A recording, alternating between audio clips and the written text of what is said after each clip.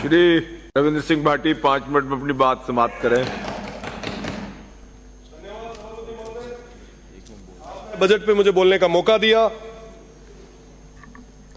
सबसे पहले तो मैं पक्ष और विपक्ष दोनों से निवेदन करना चाहूंगा कि आप गतिरोध को खत्म करें, ताकि जनता के आशीर्वाद के साथ हमें भी यहां पे आने का मौका मिला है।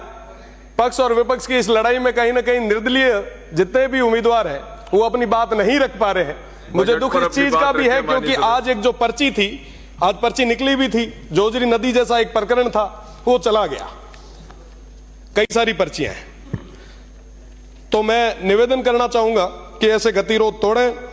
साथ ही साथ मैं प्रदेश की सरकार को बहुत बहुत धन्यवाद दूंगा कि उन्होंने अगासड़ी गंगापुरा में 2 नए जीएसएस हमें दिए, राजडाल की एक रोड दी, 15 करोड़ रुपए जो मरुस्थलीय इलाकों की रोडों के लिए दिए हैं, उसके लिए भी मैं धन्यवाद देता हूं।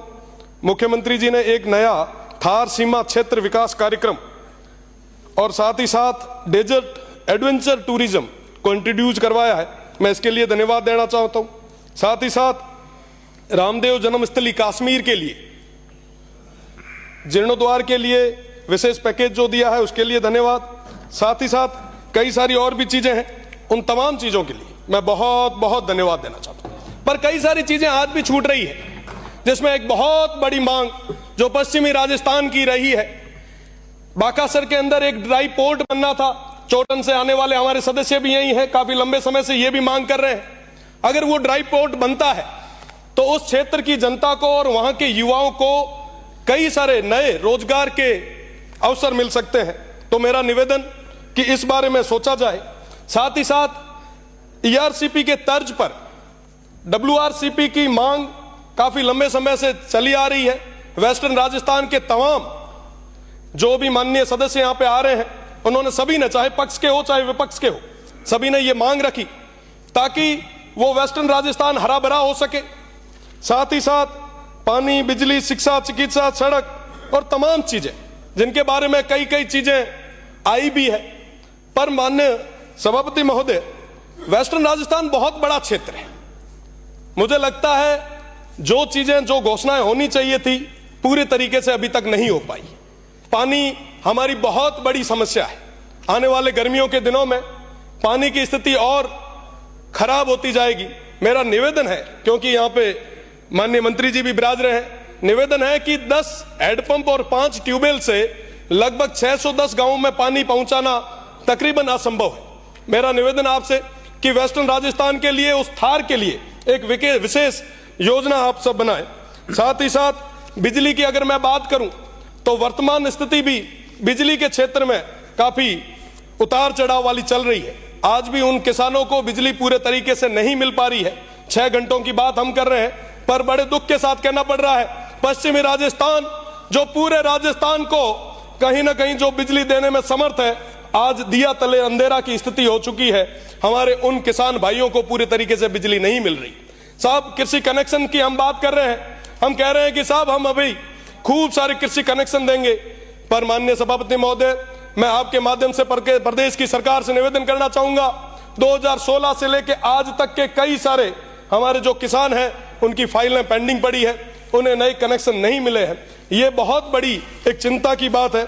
मेरा निवेदन प्रदेश की सरकार से कि उन किसानों के हित में सोचते हुए उन्हें आप कनेक्शन दें। साथ ही साथ मैं बात करूं चिकित्सा की, तो चिकित्सा के मामले में उस क्षेत्र में एक जिला अस्पताल गडरा रोड में और सिव में होना चाहिए। मैं उसके लिए आपसे निवेदन करना चाहूंगा कि आप एक बहुत बड़ी ये सौगात दें, क्योंकि पश्चिमी राजस्थान में एक क्षेत्र से दूसरे क्षेत्र या एक गांव से दूसरा गांव तकरीबन 20 से 30 किलोमीटर दूर है, और ऐसी स्थिति में चिकित्सा व्यवस्था को मजबूत करने के लिए इस चीज की बहुत ज्यादा जरूरत है। मेरा निवेदन है आप कि आप वहां पे चिकित्सा के मामले में व्यवस्थाओं को और सुदृढ़ करें। साथ ही साथ डीएनपी क्षेत्र की मैं बात करूं, होमगार्ड के उन लोगों की बात करूं, साथ ही साथ ईडब्ल्यूएस की बात करूं, तमाम मुद्दे मेरे पास थे। पर माननीय सभापति महोदय, मेरा निवेदन कि इन सब चीजों के लिए हमें, जो हमारे सदस्य हैं जो इंडिपेंडेंट है, उनका भी समय आप थोड़ा हमें दें, क्योंकि डीएनपी हमारी अपने आप में बहुत बड़ी समस्या है। डीएनपी के अंदर लगभग 118 गांव आते हैं।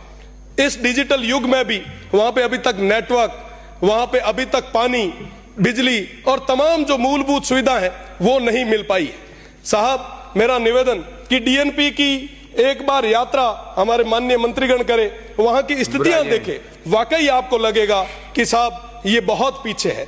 माननीय सभापति महोदय, मेरा निवेदन है आपसे कि हमारे बॉर्डर होमगार्ड में और विशेषकर पश्चिमी राजस्थान के कई सारे लोग जो लगे हैं, उनको लंबे समय से विराम भत्ता नहीं मिल पा रहा। मेरा निवेदन है कि ईडब्ल्यूएस के अंदर सरलीकरण धन्यवाद माननीय प्रदेश की सरकार, माननीय सभापति महोदय। साथ ही साथ मेरा निवेदन है कि विश्वविद्यालय के अंदर पेंशनर का एक मुद्दा था, पिछली सरकार ने उस मुद्दे को लेके हमें कई महीनों के लिए जेल भेजा था। मेरा निवेदन कि अब बहुत बड़ी और एक सुविचार रखने वाली, जनता का हित रखने वाली सरकार आई है, तो उन पेंशनर को भी